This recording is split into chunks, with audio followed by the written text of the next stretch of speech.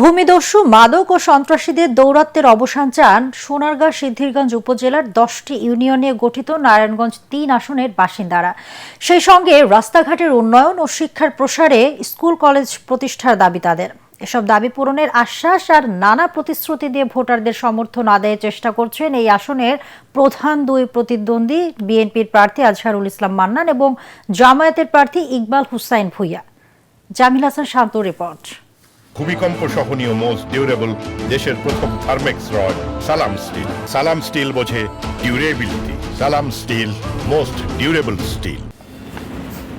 রাজধানীর খুব কাছেই প্রদীপের নিচে অন্ধকারের মতো উন্নয়ন বঞ্চিত নারায়ণগঞ্জ 3 আসন।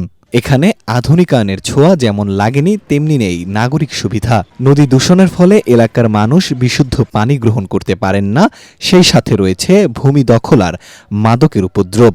আমাদের পাশে একটা বুড়িগঙ্গা নদী আছে, এই নদীটার পানিটা দূষণ হয়ে গেছে আজ থেকে 7-8 বছর যাবৎ। কিছু অসাধু ব্যবসায়ীদের কারণে এই ময়লা পানিগুলো নদীতে ছেড়ে দেয়, এই কারণেই আমাদের কৃষকরা আমরাই আছি এই পানিগুলো ব্যবহার করতে পারি না। বিশ্ববিদ্যালয় তো নাই, একটা কলেজ আছে সোনারগাঁ ডিগ্রি কলেজ পুরাতন, কিন্তু এটা ততটা মানসম্মত না, র্যাঙ্কে পড়ে না। পানির সমস্যা, পানি একবারে খারাপ, মানুষে গোসল টোসল করতে পারে না, এলাকায়ও কোনো হাই স্কুল নাই।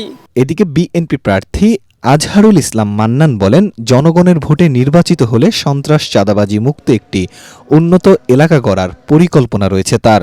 অতীতে যারা বড় বড় বলে দিছে খেলা হবে কিন্তু কাজ করে নাই। কিন্তু একটা সোনারগাঁ পুরসভা কিন্তু দেখলে কেমন এটা পুরসভা না, এটা ইউনিয়নের খারাপ অবস্থা।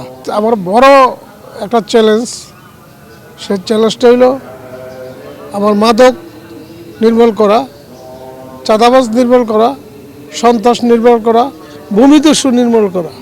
আশা আছে যদি আল্লাহ বাঁচায় সোনারগাঁও একটা ইউনিভার্সিটি করার জন্য, আর যদি তাই না পারি তাহলে উন্নত মানের একটা কলেজ করার জন্য। অন্যদিকে জামায়াতে ইসলামী প্রার্থী ডক্টর মোহাম্মদ ইকবাল হোসেন ভূঁইয়া এলাকার উন্নয়নে দিচ্ছেন নানা প্রতিশ্রুতি। সোনারগাঁয়ে যে স্বাস্থ্য কমপ্লেক্সটা আছে এটি খুবই অপ্রতুল, মানে ইকুইপমেন্ট যা থাকা দরকার একটা হসপিটালে, ভালো ডাক্তার থাকার কথা, যে ওষুধপত্র থাকার কথা, ইজ ভ্যারি পুয়ার। মানে এখানে পেশেন্ট কি জন্য আসবে ট্রিটমেন্টে, এমন কোনো অ্যারেঞ্জমেন্ট এখানে নাই। আমি মনে করি 2.5 লাখের কাছাকাছি যে যুবক ভোটার, তাদের প্রায় সকলেই দাঁড়িপাল্লাকে এনশিওর করবে। নারায়ণগঞ্জ 3 আসনে মোট ভোটার সংখ্যা 5,94,215 জন।